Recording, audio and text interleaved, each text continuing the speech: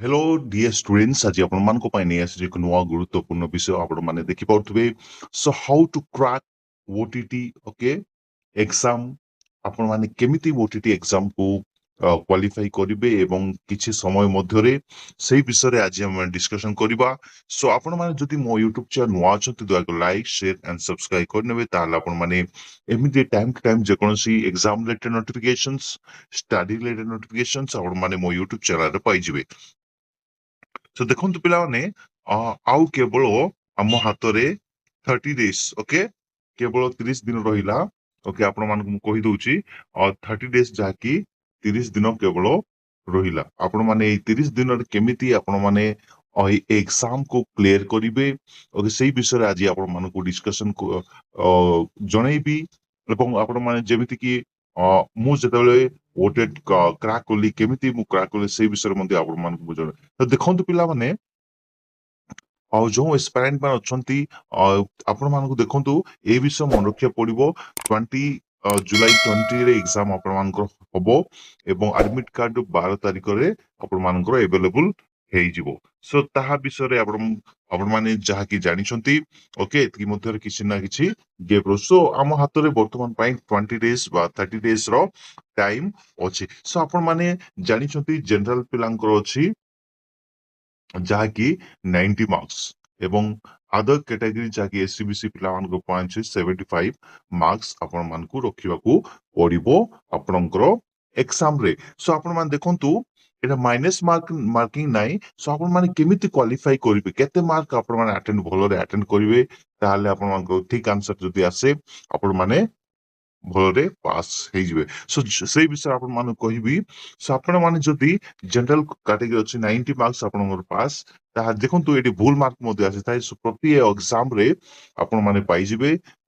କିଛି ରଙ୍ଗ ଆନ୍ସର୍ସ ସୋ ଏଥିପାଇଁ ବୋଲି କି ମାଇନସ ମାର୍କ ତ ନାହିଁ କିଛି କିନ୍ତୁ ଆପଣ ମାନଙ୍କ ସ୍କୋର କମି ଯାଇପାରେ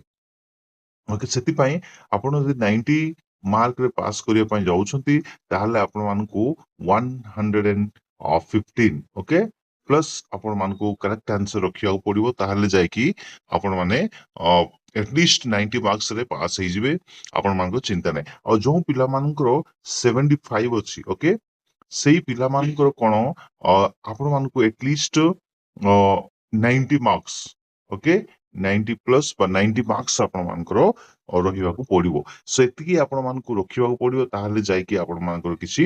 କ୍ୱାଲିଫିକେସନ ବା କ୍ୱାଲିଫାଇ ହେବାର ଚାନ୍ସେସ୍ ବହୁତ ଅଛି ଆପଣ ମାନେ ଦେଖନ୍ତୁ ଆପଣ ମାନଙ୍କର ସ୍କୁଲ ଏବେ ଖୋଲା ହେଇଯାଇଥିବ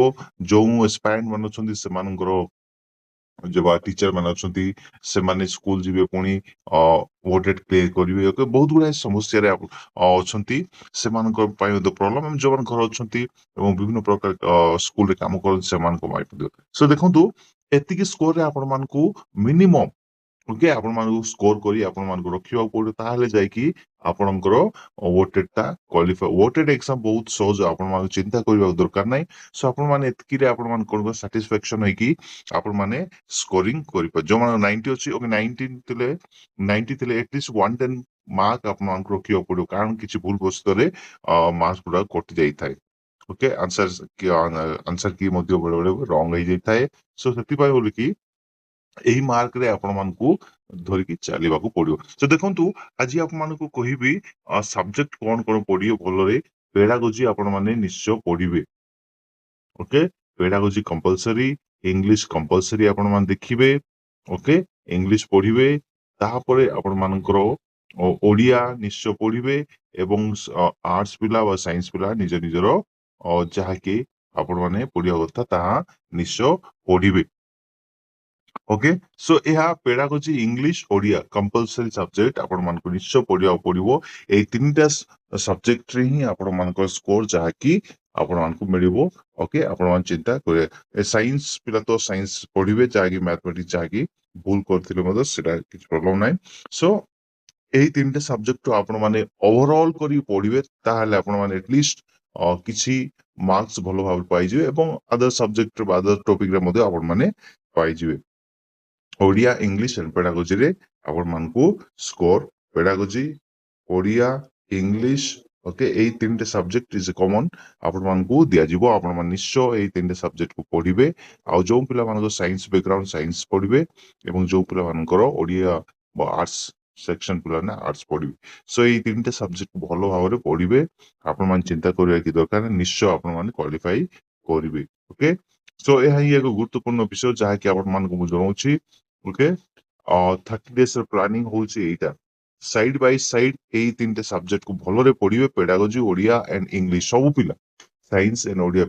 ଆର୍ଟସ ପିଲାମାନେ ନିଶ୍ଚୟ ଏଇଟାକୁ ଭଲ ଭାବରେ ପଢିବେ ତାହେଲେ ଆପଣମାନେ ଯାଇକି କ୍ୱାଲିଫାଇ କରିବେ ଥ୍ୟାଙ୍କ ୟୁ ସୋ ମଚ୍